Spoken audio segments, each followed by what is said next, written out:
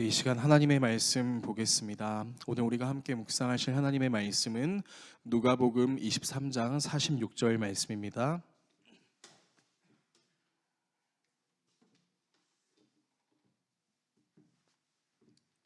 신약성경 139페이지 정도에 있는 누가복음 23장 46절의 말씀입니다.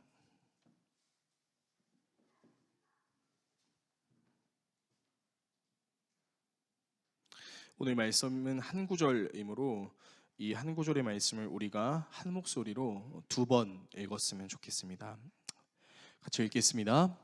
예수께서 큰 소리로 불러 이르시되 아버지 내 영혼을 아버지 손에 부탁하나이다 하고 이 말씀을 하신 후 숨지시니라. 한 번 더 읽겠습니다. 예수께서 큰 소리로 불러 이르시되 아버지 내 영혼을 아버지 손에 부탁하나이다 하고 이 말씀을 하신 후 숨지시니라. 아멘. 오늘 여러분과 함께 고난주간 묵상을 이어서 부활주일 마지막으로 가상칠언 마지막 시간 내 영혼을 아버지 손에 부탁하나이다 라는 주제로 하나님의 말씀을 나누도록 하겠습니다. 우리가 이번 주에는 이제 웨이 묵상을 잠시 멈추고 고난주간 묵상을 했었어요. 그래서 이제 가상칠언이라는 것은 예수님께서 십자가에 달리셨을 때, 그러니까 이제 마지막 사역을 감당하고 계시는 그때에 그 십자가에서 하셨던 7가지의 말씀을 가리키는 것이었죠. 그래서 처음 하셨던 말씀이 아버지여 저들을 사하여 주시옵소서. 자기를 조롱하는 모든 사람들의 죄를, 그 사람들이 무엇을 하는지를 알지 못하고 있는 상황에서 예수님을 조롱하는 그 사람들의 죄를 사하여 달라. 저들이 하는 것을 알지 못합니다. 그게 첫 마디였죠. 두 번째 마디는 어떤 마디였을까요? 두 번째 마디는 이제 좌우편에 달려있던 강도 중에 한 명이 신앙 고백을 하죠. 아버지, 저를 함께 데려가 달라고. 함께 십자가에 달렸을 때 예수님을 저주했던 두 강도 중에 한 강도가 예수 그리스도를 믿는 믿음이 생김으로 말미암아 저를 기억해 달라고 얘기했을 때 내가 오늘 나와 함께 낙원에 있을 것이다 라고 얘기하십니다. 그리고 그 이후에 이제 여러 가지 얘기들을 하셨죠. 그 얘기들은 여러분 우리가 웨이 묵상 나눴던 것들을, 고난주간 묵상 나눴던 것들을 계속해서 기억하시면서 예수님이 고난을 당하셨을 때를 생각하고 그것이 잘 기억이 나지 않을 때는 우리가 고난주간 묵상을 통해서 계속해서 그것을 기억했으면 좋겠습니다. 오늘은 그 가상칠언 마지막 시간 내 영혼을 아버지 손에 부탁하나이다 라는 주제로 하나님의 말씀 나누겠습니다. 여러분은 혹시 사랑이라는 걸 해보신 적이 있으신가요? 사랑에 대한 정의가 각각 다를 것입니다. 근데 이 각각 다르게 정의를 내리는 이 사랑의 표현 가운데 모든 사람이 공통적으로 이 사랑이라는 것을 행하면서 느끼는 부분들이 있습니다. 그것이 무엇이냐면 하나됨이에요. 이상하게 사랑이라는 것을 하게 되면은 내가 아닌 다른 사람이 느끼는 거를 나도 느끼는 것 같은 느낌을 받게 된다는 것이죠. 이 하나됨이라는 것은 생각보다 어렵지가 않습니다. 그리고 이 하나됨이라는 것은 비단 사랑하는 연인에게만 적용이 되는 것이 아니라 친구 관계에도, 직장 동료들과의 관계에도, 그리고 궁극적으로는 그리스도 공동체 안에서 우리 모두가 느낄 수 있는 감정입니다. 예를 들면 이런 거예요. 이제 연애하는 남자와 여자가 있다고 한번 생각을 해보겠습니다. 그래서 이제 연애하는 남자와 여자가 맛있는 걸 먹으러 갔어요. 그래서 이 여자가 맛있는 음식을 먹으면서 너무 맛있어 라고 하면은 그 남자가 행복해하는 거예요. 그러면서 뭐라고 말하죠? 나는 네가 먹는 것만 봐도 배가 불러 라는 거짓말을 합니다. 근데 이게 거짓말이 아니에요. 여러분 정말 놀라운 사실은요, 정말로 배가 부른지를 실험했던 한 실험단체가 있었습니다. 그래서 굉장히 행복한 순간을 느끼게 해주고 정말 먹지 않아도 배가 부른 그런 현상이 진짜로 일어나는가, 이것을 실험해 보니까요, 뇌에서 어떤 호르몬이 분비되면서 먹지 않아도 먹은 것처럼 느껴지게 만드는 그 호르몬 때문에 먹지 않아도 배가 부르다는 것이 과학적으로 증명됐다는 사실이 있습니다. 그러니까 여러분 거짓말이 아니라 사실은 사실이에요. 저는 여러분들이 잘 되고 먹는 모습만 봐도 너무 배가 부릅니다.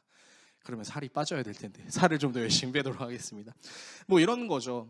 사랑하는 사람이 행복하면 나도 행복하고, 사랑하는 사람이 힘들면 나도 힘든 겁니다. 내가 직접 당한 것은 아닌데 그 사람이 굉장히 힘들어하는 모습을 보면서 나도 끙끙 앓고 힘들어하는 거예요. 여러분, 우리는 이런 내용들을 통해서 사랑한다라는 것이 상대방과 내가 하나 된다, 그가 느끼는 것을 나도 느끼고 내가 느끼는 것을 그도 느낀다라고 우리는 표현할 수 있는 거예요. 이 사랑의 느낌은 어떤 사랑을 하시든지 간에 모든 사람이 다 같이 느끼는 감정이라는 것입니다. 그래서 이 감정을 하나님의 말씀으로 보게 되면 예수 그리스도께서 말씀하셨던 것이 생각납니다. 어떤 거죠? 새 계명을 주노니 서로 사랑하라. 근데 어떻게 사랑하라고 했죠? 내 이웃을 내 자신과 같이 사랑하라. 이 말은 내 이웃이 느끼는 것이 내가 느끼는 것과 동일하고 내 이웃이 당한 것이 내가 당하는 것과 똑같다라는 것을 의미하는 것이죠. 사실 하나됨, 한 몸을 이루는 것은 예수님께서 먼저 말씀하셨던 게 아닙니다. 이 창세기에 최초의 인류였던 아담과 하와가 먼저 이 하나됨을 누렸었는데요. 창세기는 이렇게 이야기합니다. 창세기 2장 24절에서 25절의 말씀인데요. 이러므로 남자가 부모를 떠나 그의 아내와 합하여 둘이 한 몸을 이룰지로다. 아담과 그의 아내 두 사람이 벌거벗었으나 부끄러워하지 아니하니라. 이 말씀이 무슨 말씀일까요? 서로 다른 두 사람이 하나가 되었어요. 하나가 되어서 서로를 너무 존귀하게 여기고 너무 아름답게 여기니까 벌거벗은 모습을 가지고 있어도 그것을 수치로 여기는 것이 아니라 최고의 상태, 가장 아름다운 상태로 여긴다는 것입니다. 그러니까 서로가 합한다라는 것은 이런 뜻이라는 거죠. 하나가 되어가는 과정을 겪어가는 수순에도 있겠지만 성경은 우리에게 아담과 하와가 한 몸을 이뤘다라고 얘기하는 것은 완료형으로 이야기합니다. 하나가 되어가는 과정이야가 아니라 하나가 됐다라고 얘기하는 거예요. 사랑하는 성도 여러분, 저와 여러분이 이런 아담과 하와가 한 몸을 이룬 것처럼 예수 그리스도와 여러분들이 한 몸을 이루시고 예수 그리스도가 여러분들에게 허락하신 사람들과 한 몸을 이루기를 추구하는 여러분 모두가 되시기를 예수 그리스도의 이름으로 축원합니다. 여러분, 이렇게 서로가 합하다, 이미 창세기에서 하나님께서 말씀하신 내용이고 그것을 예수 그리스도께서 다시 우리에게 가르쳐 주셨어요. 근데 그럼 이 하나됨, 그 오늘 예수님께서 십자가에 달리시면서 마지막으로 말씀하셨던 아버지여 내 영혼을 아버지 손에 부탁하나이다라는 것과 하나됨을 우리가 어떻게 연결을 해야 될까요? 오늘 본문 누가복음 23장 46절을 다시 한번 우리가 읽어봤으면 좋겠는데, 말씀을 띄워주시면 우리가 같이 한번 읽어보겠습니다. 같이 읽겠습니다. 예수께서 큰 소리로 불러 이르시되 아버지 내 영혼을 아버지 손에 부탁하나이다 하고 이 말씀을 하신 후 숨지시니라. 아멘. 자, 아버지 손에 지금 무엇을 부탁하고 있는 거죠? 내 영혼을 부탁하는 거예요. 이제 예수님께서는 십자가 사역을 감당하시면서 이 육신의 끝을 보고 계십니다. 그러나 우리의 삶이 육신으로만 이루어져 있는 것은 아니죠. 우리의 영혼이 있는 거예요. 예수님께서는 이제 사역을 마치시면서 장사될 자기의 몸을 떠나 이 영혼을 하나님께 완전히 맡겨드리겠다라고 이야기하는 것입니다. 근데 갑자기 왜 예수님께서 내 영혼을 아버지의 손에 부탁할게요 라는 말씀을 왜 하시는 것일까요? 여러분, 우리는 계속해서 가상칠언의 내용들을 이번 주에 고난주간 묵상을 통해서 다뤘었습니다. 근데 예수님께서 십자가에 달리셨을 때 좋은 말씀만 하시진 않으셨어요. 아버지여 내 영혼을 아버지께 부탁드리나이다. 그리고 저들을 사하여 주시옵소서. 그리고 내가 낙원에 갈 것이다. 목마르다. 여러 등등 말씀을 하셨는데 가장 격정적으로 하셨던 말씀이 무슨 말씀이었냐면 엘리 엘리 라마 사박다니라는 말씀이었습니다. 이 말씀을 번역하면 무슨 뜻이죠? 나의 하나님 어찌하여 나를 버리시나이까 라는 사건입니다. 그러니까 여러분, 십자가 사건은요, 예수님께서 십자가에 못 박히신 사건이 맞는데 그냥 그 사건으로만 되는 것이 아니라 하나님과의 관계가 어떻게 되는 거예요? 하나님이 예수님을 버리시는 사건이 십자가 사건입니다. 세상 죄를 짊어지고 갈 어린 양이라는 예언과 같이 예수님께서 하나님과 관계가 깨어진 모든 사람들의 죽음의 문제, 그러니까 영원히 죽을 수밖에 없는 우리 죽음의 문제를 자신이 그 모든 죄를 감당하고 하나님께 버림받는 사건이 십자가 사건이라는 겁니다. 그래서 이 십자가형을 당할 때 예수님께서 느끼셨던, 생각하셨던 가장 큰 감정 중에 하나가 뭐였냐면 버림받음이었어요. 그래서 예수님께서 큰 소리로 엘리 엘리 라마 사박다니, 나의 하나님 어찌하여 나를 버리시나이까. 예수님께서 33년 동안 그 인간의 옷을 입으시고 생활하시면서 사역하였던 그 모든 순간에 딱 한 번 어째서 나를 버리시냐고 하나님께 절규하는 장면이 바로 이 가상치원의 내용이라는 거예요. 그러니까요, 여러분, 이거는 어떤 현상이냐면 예수님이 아버지 하나님과 관계가 절단된 것 같은 느낌을 받은 것과 똑같다는 겁니다. 여러분, 관계가 끊어지는 아픔 여러분 다 경험해 보셨을 거예요. 저도 그렇고 여러분들도 그렇고 나이 어린 친구들을 비롯해서 나이가 많으신 분들까지 이 관계가 끊어지는 아픔이 얼마나 아픈지를 우린 다 알고 있어요. 관계가 끊어지는 그런 이유들이 뭐가 있을까요? 피치 못할 사정이 있을 수도 있고, 불가항력적인 일이 있을 수도 있고, 저 사람이 내 마음에 들지 않아서, 그리고 정말 한없이 친했다가도 어떤 특정한 사건을 통해서 한순간에 칠천지 철전지 원수가 되는 경우도 있다는 겁니다. 그래서 여러분, 이 관계가 끊어지는 건요, 결코 우리한테 유쾌하게 다가오지 않아요.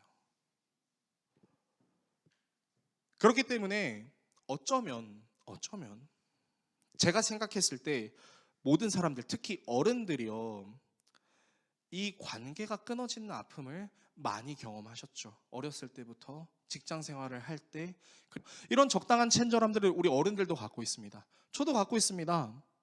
여러분은 교회 안에서 그런 친절함을 실천해 보신 적은 없으십니까? 예를 들면 이런 거죠. 한 번도 안 봤어. 딱히 보고 싶지도 않았어. 근데 뭐 이제 설교하시는 목사님들이나 강사님들이 오면 이렇게 얘기해요. 자, 옆 사람 바라보면서 인사하시겠습니다. 잘 오셨습니다. 잘 지내셨습니다. 자, 물론 진심으로 하시는 분들이 계십니다. 근데요, 우리도 모르게 의연중에 어른으로서 가지고 있는 친절함 그 내면 안으로는 들어오지 못하고 적당한 친절함을 발휘한다는 거죠. 여러분, 어린 친구들은 어떻게 살아가시는지 아세요? 저는 요즘 다음 세대들을 보면서 참 걱정스러운 것 중에 하나가 뭐냐면 너무 관계를 기브 앤 테이크로 가져간다는 거예요. 요즘 아이들이 굉장히 합리적으로 삽니다. 뭐 밥을 먹으러 갈 때도요, 예를 들어서 5만 원짜리를 5명이 먹으러 갔어요. 자, 그러면 자, 식사 다 했어. 10,000원씩 보내. 정말 합리적이에요. 근데 제가 어릴 때만 하더라도요, 이런 정이 있었어요. 오늘 내가 쏜다. 다음에는 니네들이 사. 야, 내가 오늘은 너희들한테 사줬으니까 다음엔 니네들이 사줘. 남녀노소를 불문하고 이런 게 있었어요. 나눠주는 정의 문화가 있었다고요. 근데 요즘은 합리라는 어떤 이성의 향상으로 인해서 이런 정을 나눠주는 모습을 생각보다 찾아보기가 어렵습니다. 그렇다 보니까 아이들이 관계를 맺는 부분을 되게 어려워해요. 자기 얼굴도 잘 드러내지 않아요. 마스크 쓰는 거 너무 좋아하고. 그러면서 또 아이들이랑 필요한 것을 이루었을 때는 그 외에 다른 관계를 딱히 맺지 않아도 된다는 생각을 갖고 있으니까 관계를 필요할 때만 형성하고 필요하지 않을 때는 끊는, 내 필요에 따라서 관계를 형성하고 끊어버리는 리셋 증후군 현상들도 나타나고 있다는 겁니다. 그러니까요, 관계를 끊어지는 아픔들이 우리가 얼마나 아픈지 아니까, 그것이 어린 아이들부터 어른에 이르기까지 관계를 맺는 것도 어려운데 한번 끊어지게 되면 이 관계를 맺는 것은 더 어려우니까, 그래서 관계 맺는 것을 부담스러워하고 친밀한 관계로 다가가는 것을 사실은 불편해한다는 것이죠. 그래서 적당히 마음만 주고 적당히 그 사람의 마음도 받고, 우리는 어쩌면 이런 시대에 살아가고 있을지도 모르겠습니다. 그러나 오늘 하나님께서 우리에게 주시는 말씀은 이런 부분으로부터 완전히 벗어나야 된다는 것을 우리에게 가르쳐주고 있는데요. 자, 이렇게 십자가의 모든 사역을 다 마치시고 하나님 아버지와의 관계가 끊어짐을 경험했던 예수님께서 죽음을 맞이하시기 전 십자가에 달리신 상태에서 마지막으로 하셨던 말씀이 바로 오늘 말씀이라는 거예요. 오늘 본문을 우리가 다시 한번 읽어봤으면 좋겠습니다. 같이 읽습니다. 예수께서 큰 소리로 불러 이르시되 아버지, 내 영혼을 아버지 손에 부탁하나이다 하고 이 말씀을 하신 후 숨지시니라. 자, 마지막 죽기 직전에 하셨던 말씀이 아버지, 내 영혼을 아버지 손에 부탁하나이다 라고 나와 있는 겁니다.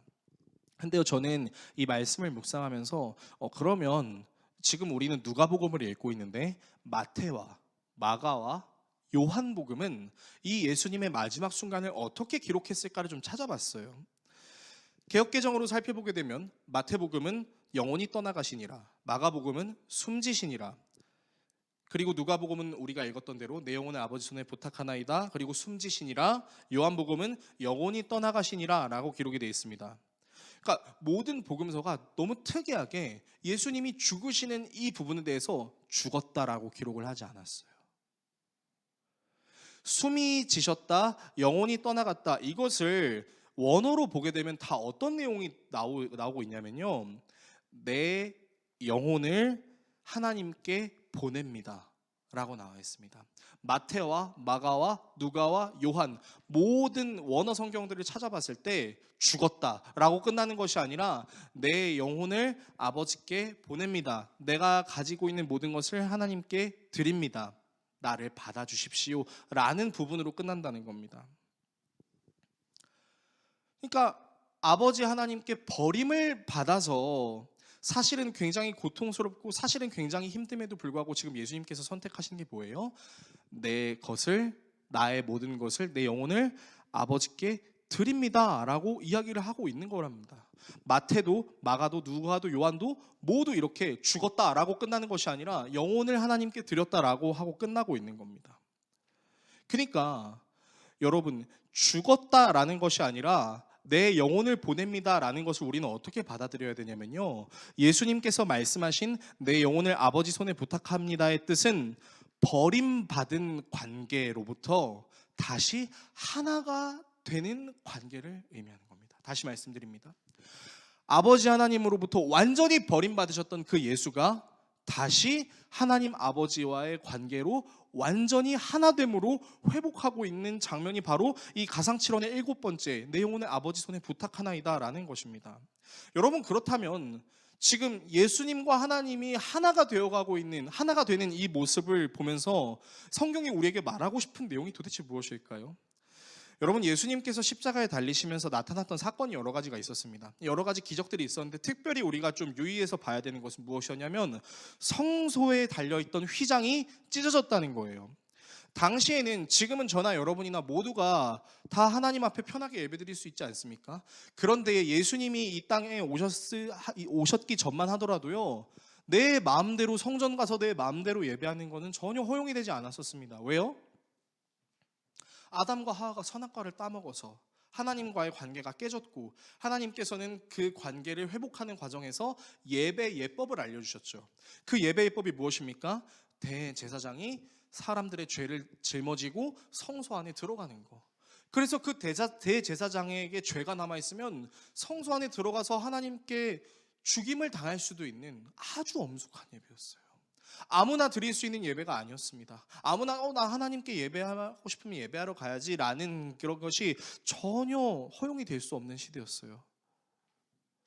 그런데 예수 그리스도께서 십자가에 못 박히시고 죽임을 당하실 때 휘장이 찢어졌다라는 것은 무엇을 의미하는 것이냐면 더 이상 대제사장만 성소에 들어갈 수 있는 것이 아니라 우리 모두가 하나님 앞으로 단번에 들어갈 수 있는 담력을 얻게 되었다라는 것을 의미하는 것입니다. 그러니까 아담과 하와 때문에 깨진 관계가, 그리고 그 깨진 관계 때문에 하나님께 예배하고 싶어도 온전히 예배할 수 없었고 무조건 대제사장이라는 수단을 통해서야만 우리의 죄를 속죄받을 수 있었던 우리가 이제는 예수 그리스도가 하나님과 하나됨으로 말미암아 어떻게 됐다고요?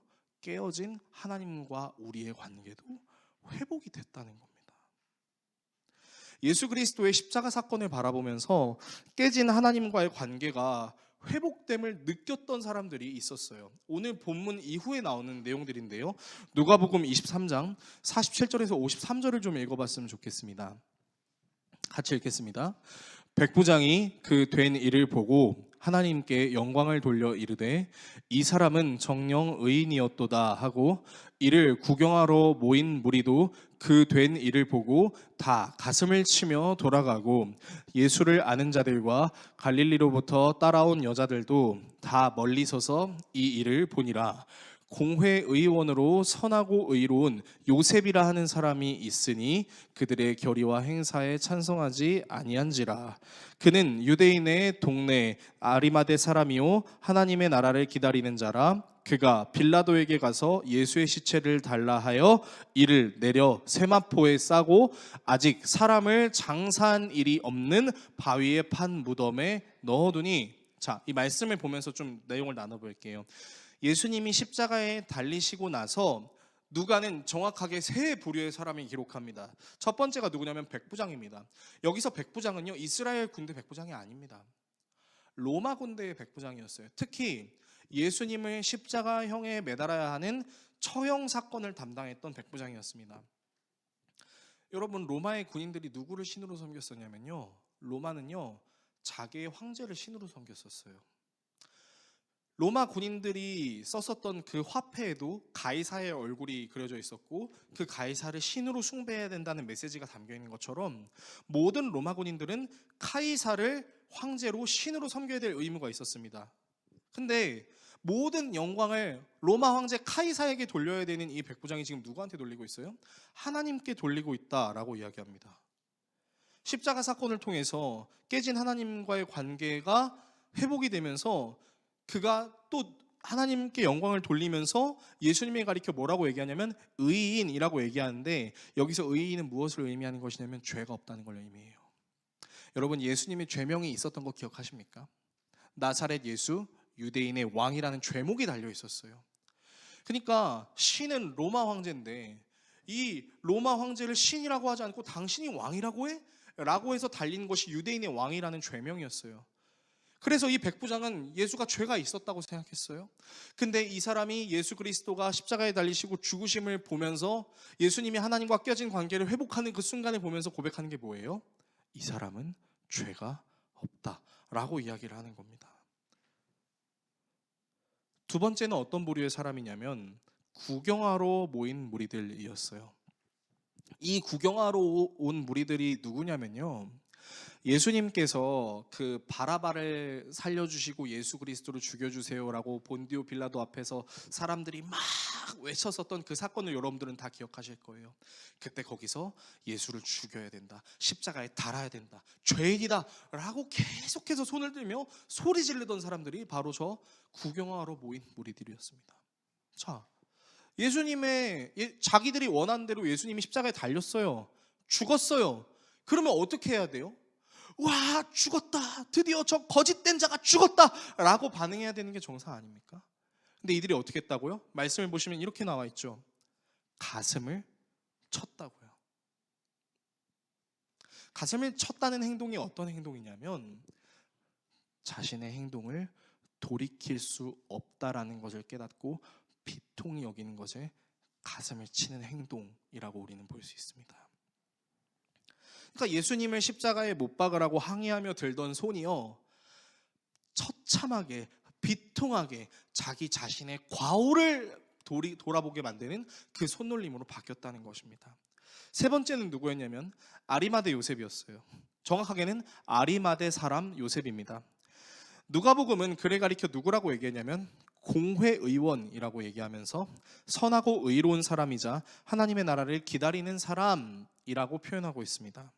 자, 누가복음을 보면 이 아리마대 사람 요셉이 정말 대단한 사람인 것처럼 느껴져요. 물론 대단한 사람 맞는데요, 자, 다른 복음서를 보게 되면 요한복음의 기자는 이 사람을 어떻게 기록했는지를 좀 알 수 있습니다. 요한복음 19장 38절의 말씀인데요, 제가 읽어드리겠습니다.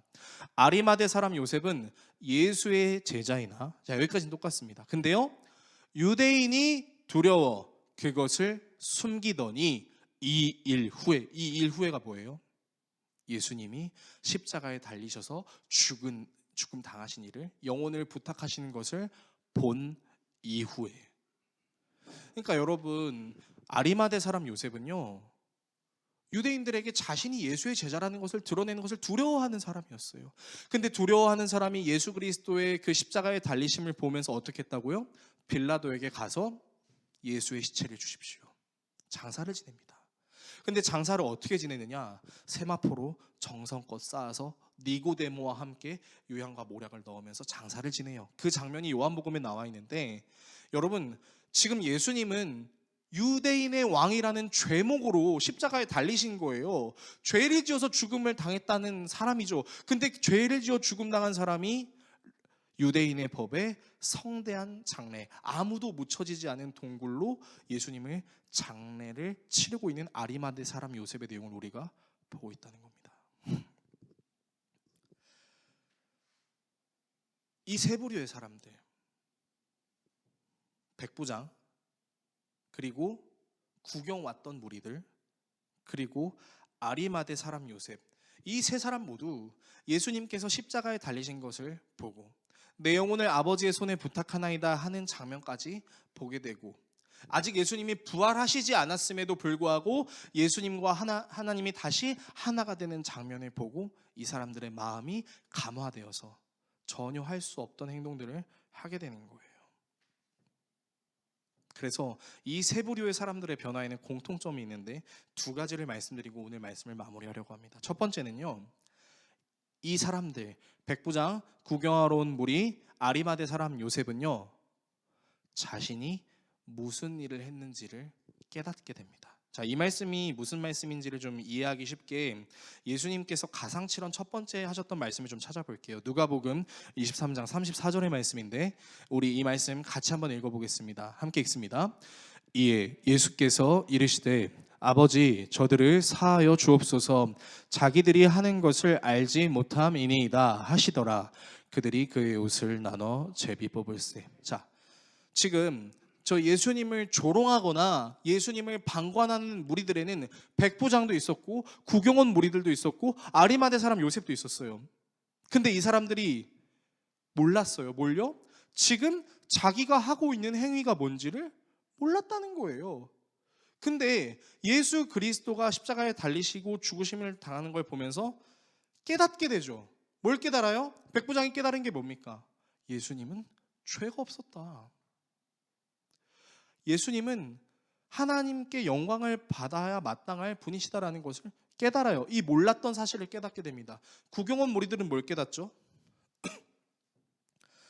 구경 온 무리들은 자신들이 죄가 없는 예수를 조롱했다는 것을 깨닫게 됩니다. 아리마대 사람은 뭘 깨닫죠?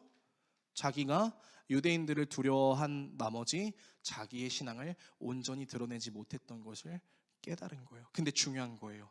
이거를 아무도 알지 못했다고요. 여러분, 우리의 영적 상태도 이와 같을 수 있습니다. 우리가 주일에 예배드리러 왔어요. 헌금도 내요. 하나님께 기도도 해요. 나름 주중에 그리스도인의 삶을 살기 위해서 정말 애 많이 써요. 근데 그러는 와중에도요, 여러분, 우리는 모를 수 있어요. 뭘요? 아버지 하나님께서 우리에게 요구하시는 것이 무엇인지를 모를 수가 있다는 겁니다. 언제 모를까요? 하나님과 나와의 관계가 명확하지 않을 때 모를 수 있습니다. 행위는 열심히 해요. 선한 능력으로 정말 이 세상에 선을 끼치고 좋은 일을 하려고 하고 그리스도인으로 살려고 애는 써요. 근데 하나님 아버지와 나와의 관계가 명확하지 않고 아버지 하나님과 나의 관계가 점점 흐려져 가는 사람들은 자기가 무슨 행동을 하는지를, 심지어 종교 활동, 신앙생활을 해도 모를 수 있다는 겁니다. 세 부류가 나오죠. 백부장, 아예 예수님을 모르는 사람이었습니다. 구경하러 온 사람들, 대략은 알고 있었던 사람이에요. 아리마대 사람 요셉, 알고 있었던 사람이죠. 근데 예수님께서 이 말씀을 하시기 전에 알았어요? 몰랐어요? 몰랐어요. 그거를 깨달았다는 거예요. 자기가 몰랐다는 것을 깨닫고 되돌리기 시작하죠. 예수님은 죄가 없다. 내가 잘못한 거다. 예수님을 장사 지내야 된다. 깨닫게 된 겁니다. 두 번째는 무엇을 깨달았을까요? 이 세 부류의 사람들은 자신들이 해야 할 행위가 무엇인지를 깨닫게 된 겁니다. 그래서 몰랐던 것을 깨달으면서 백부장은 예수님께 죄가 없다, 하나님께 영광을 돌리는 행위를 하게 되고, 구경하러 온 사람들은 자신들이 무슨 일을 저질렀는지를 깨달으니까 예수님을 죽이라고 손 들었던 그 손으로 자기 자신을 죽이죠. 내가 잘못 행동했다, 내가 잘못 생각했다. 아리마대 사람 요셉은 담대하게 빌라도에게 가서 예수님의 시체를 달라고 이야기하고 장사를 지내는 것이죠. 그러니까 이 예수님의 십자가 사건을 통해서 예수님이 하나님과 하나가 되는 그 장면을 목격한 사람들이 깨닫게 되는 건 뭐예요? 내가 몰랐다는 것과 이제 알았으니 어떻게 해야겠다. 자신의 현실을 자각하고 앞으로 우리가 마주할 현실에 대해서 어떻게 행동해야 되는지를 깨닫게 됐다라는 것입니다. 이게 어떻게 가능했다고요? 예수님이 버림받으셨다가 다시 하나님과 하나가 되는 순간에.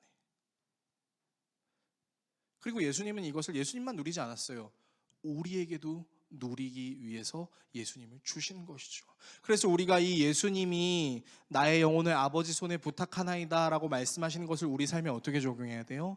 하나님, 나도 하나님과 하나가 되기를 원합니다 라는 고백으로 적용해야 한다는 것입니다. 그렇게 하나님과 하나가 될 때 하나님께서 우리에게 주시는 유익이 무엇이라고요? 내가 잘못 생각했던 것들을 깨닫게 되고, 예수님을 통해 하나님의 나라로 살기, 하나님 나라를 구하는 사람으로 살기 위해서 무엇을 해야 되는지를 깨닫게 되는 것. 이것이 아버지여 내 영혼을 아버지 손에 부탁하나이다 라는 가상칠언의 7번째 말씀이 우리에게 주는 은혜입니다. 그리고 가장 중요한, 이것을 깨닫고 실천하게 될 때 하나님의 나라가 시작되는 것입니다. 그래서 예수 그리스도의 십자가와 부활은 하나님의 나라의 시작을 알리는 신호탄과 같다라는 것입니다. 말씀을 정리하겠습니다. 사랑하는 성도 여러분, 여러분에게 부활절은 혹시 어떤 날인가요? 혹시 계란 먹는 날인가요? 여러분을 위해서 계란을 준비했습니다. 어제 아내랑 열심히 계란을 준비하면서 우리 성도들이 계란 맛있게 먹었으면 좋겠다고 찐계란을 준비했어요. 맥반석이 건강에 안 좋다는 소문이 있어서 찐계란으로 준비했어서 맛이 없어도 이해해 주시길 바라겠습니다. 다시 돌아와서 계란 먹는 날인가요? 아니면 대충 신앙생활 하다가 고난주간 좀 맞이했다고 이제 좀 우리 신앙 폼 좀 다시 잡자, 우리의 폼을 좀 다시 찾자, 그냥 리프레시하는, 그냥 회복하는 시간일까요? 저는 물론 아닐 거라고 생각합니다. 왜냐하면 여러분과 저의 마음속에는요, 언제나 예수님을 알고 싶어하는 마음과 언제나 예수님을 닮고 싶어하는 마음이 항상 있었기 때문이에요. 없었던 적이 없어요. 그런데 이런 적은 있죠. 어떤 적이요? 내가 예수님과 하나가 되려고 했으나 하나가 되지 않은 채 하나가 된 것처럼 사는 모습들은 있었죠. 혹시 이 예배를 통해서 저와 여러분이 예수님을 잘 알지 못한 채 예수님을 위해서 하는 것처럼 살아왔던 삶의 행동들은 없었는지를 좀 생각해 봤으면 좋겠습니다. 그리고 우리가 예수와 하나가 되기를 원하는 마음으로 나갈 때 예수님께서 내게 원하시는 것이 무엇인지를 알았다면 그것을 무엇으로 우리가 표현해야 되는지를 좀 생각해 봤으면 좋겠어요. 그리고 그 행동은 누구를 위하여 하는 행동인지도 다시 한번 생각해 봤으면 좋겠습니다. 우리는 예수님을 위하는 행동이야 라고 말하면서 은연중에 예수님이 아니라 우리를 높이거든요. 나 정도면 괜찮은 신앙인이지, 나 정도면 괜찮잖아. 뭐가 나 정도면이에요? 나 같은 놈 때문에 예수님께서 십자가에 달려 죽으셨는데. 그래서 우리는 예수님이 하나님과 하나 되시는 과정을 믿음으로 우리 또한 예수님과 같이 하나님과 같이 된다는 것을 깨닫게 될 때 우리를 통해 하나님의 나라가 시작됩니다. 우리의 이런 신앙 고백과 결심을 통해 깨어진 하나님과의 관계가 회복되어질 때 하나님의 나라가 시작이 되는 거예요. 내게 어떤 물질, 내게 어떤 대단한 능력, 남들과 비교했을 때 좀 훌륭한 것 같은 그런 것이 있을 때 하나님의 나라가 시작되는 것이 아니라 예수님이 하나님과 하나가 되셨던 것 같이 그 예수 그리스도를 믿음으로 나와 하나님이 하나가 되는 그것을 느끼며 그것을 위하여 살아가기를 소망함으로 주님께 선포하며 기도하며 나아갈 때 진짜 하나님의 나라가 시작된다라는 것입니다. 이러한 예수님의 십자가 사건을 경험한 사람, 그리고 예수님의 부활을 경험한 사람들은요, 다 똑같이 행동했어요. 오늘 저는 부활 이후의 내용을 다루지 않았지만, 예수 그리스도의 부활 이후에 예수 그리스도께서 하늘로 승천하시면서 모든 족속들에게 아버지와 아들과 성령의 이름으로 세례를 주고 분부한 모든 것을 가르쳐 지키라고 말했을 때 그들이 어떻게 했습니까? 정말 그렇게 했습니다. 세상이 기쁨이라고 여기지 않은 것을 기쁨으로 여기며 살았습니다. 모든 사도들이 순교했고, 그 가르침을 따른 모든 사람들도 자신이 생각하는 기쁨의 패러다임이 완전히 바뀌게 되고, 정말 주를 위해 사는 것이 무엇인지를 보내 보이며 살았습니다. 이전에 내가 몰랐던 것을 알게 되고, 하나님을 알면 알수록 하나님을 위해 사는 사람들로 변화되었다는 것입니다.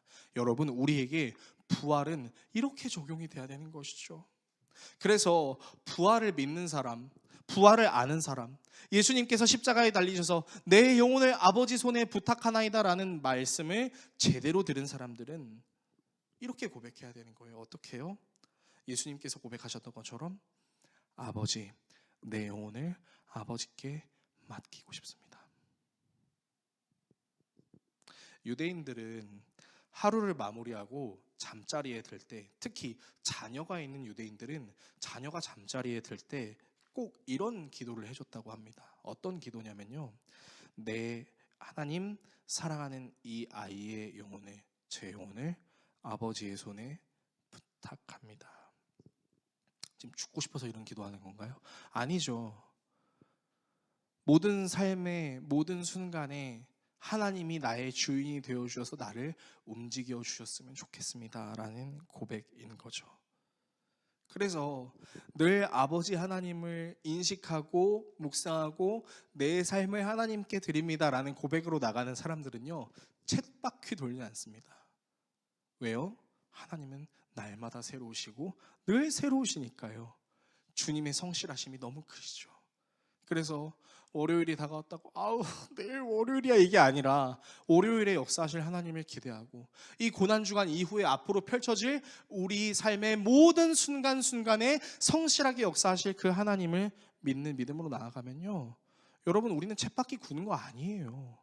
점점 더 새로운 하나님을 알아가는 그 길에, 그 걸음을 우리가 함께하는 것입니다. 물론 우리 삶이 힘겨워서 물질을 위한 기도, 편리를 위한 기도도 분명 할 때가 있습니다.